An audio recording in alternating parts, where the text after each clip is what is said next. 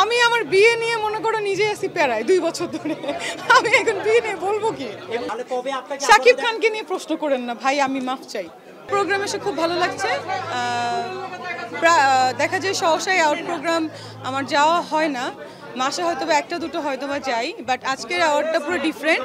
আজকে হচ্ছে মানে আমার বিজনেস অ্যাওয়ার্ড, মানে আপনারা দেখতে পেয়েছেন যে অ্যাওয়ার্ডে লেখা actress and chairman of Haven dental and beauty clinic, যেটা আমার ক্লিনিক, আমার স্বপ্নের জায়গা।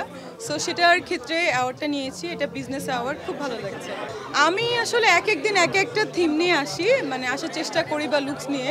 সো আজকে একটু আরাবিয়ান লুকস নিয়ে আসার চেষ্টা করেছি। আজকে আমার শো স্টপার হিসেবে হাঁটার কথা, একটু পরে যাচ্ছি এই জন্য। সাম্প্রতিক সময় অনেক কথা চলছে, সিনেমায় আসার গুঞ্জন পাচ্ছি। হ্যাঁ, দুটো ছবিতে সাইনিং করেছি, একটা হচ্ছে বিবর সাইমন তারেকের, আর একটা হচ্ছে আত্মঘাতী, সেটা হচ্ছে সজল আহমেদের। সো অতি শীঘ্রই শুটিং শুরু হবে। এই মাসের 20 তারিখে ছিল, কিন্তু আমার প্রোগ্রাম থাকার জন্য হয়নি। এটা নেক্সট মান্থের 20 তারিখ থেকে শুটিং শুরু হবে।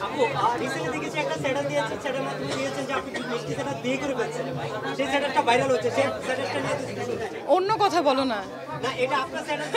আমি আমার বিয়ে নিয়ে মনে করো নিজে আছি প্যারায় 2 বছর ধরে। আমি এখন বিয়ে নিয়ে বলবো কি? হ্যাঁ, ও ওই যে বার্থডেতে, সেটা তো বলবো না ভাই, সাসপেন্স থাকুক না, আপনারা খুঁজে বের করেন কার হাত, আমি তো বলবো না। জানাবো তোমাকে, আমি তোমাকে না সবাইকে জানাবো। গোপনে বিয়ে তো গোপনে হয় না, বিয়ে তো হয়। আমি জানাবো, আমি বলেছি তো জানাবো। ওইটা অ্যাডমিন লিখলো, পরে সে ভুল করে দিয়েছে, এমনও হইতে পারে, আমি জানি না, আমি কিছু বলবো না।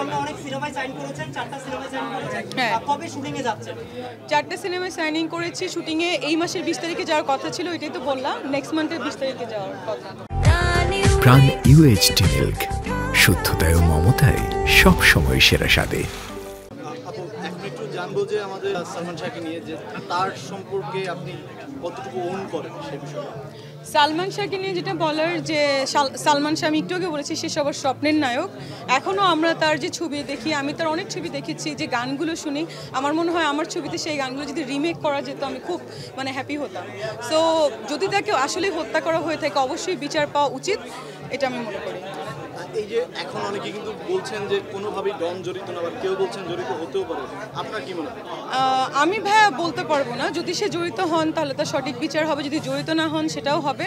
বাট আসলে আমরা কোনো কিছু কিন্তু প্রেডিক্ট করে বলতে পারি না। আর আমার আরেকটা কথা, সেটা হচ্ছে যে কোনো আর্টিস্ট হয়তো বা কোনো আর্টিস্টকে মেরে ফেলবে, এরকম মেন্টালিটি আসলে হয়তো বা নাই, আমি জানি না। এটা আমার মনে হয়েছে, আমার পারসেপশন থেকে, কারণ একজন আর্টিস্ট একজনের কলিগ। সো লেটস সি, এটা আমি কীভাবে জানবো, এটা ইনভেস্টিগেশন অফিসই বলবে। অ্যারাবিক লুক নিয়েছেন, লাস্ট কবে মধ্যপ্রাচ্য থেকে এসেছেন? লাস্ট এসেছি 1 মাস হয়ে গেছে, 1 মাস শেষ। আপনারা জানেন যে আমি আরও 2টো ক্লিনিক ওপেন করছি, একটা খুলনাতে, একটা বনানীতে। সো এই 1 মাস আমার এই ক্লিনিক ওপেনিং নিয়ে আমি খুব ব্যস্ত। আর আমি সবসময় চাই যে একটা মানে গেট আপ নিয়ে আসতে, এটাই। আর সবাই বলে যে সিনেমা কেন করি না, আমি খুব বিজি থাকি। আমার পার্সোনাল লাইফ বলতে, যে আমি যে অ্যাজ এ ডক্টর, আমার এটা নিয়ে আমি খুব বিজি থাকি, as a business woman. So আসলে ছবি ওইভাবে কখনোই করা হয় না। আপনারা জানেন যে সিনেমাটা আমার প্যাশন, নট প্রফেশন। সো এখন মনে হচ্ছে সবাই বলতেছে যে আমি নাকি কোনো ছবিই করি নাই, অলরেডি 13 সিনেমা ডান। সো আবার এই জন্য করার মনে হলো যে স্টার্ট।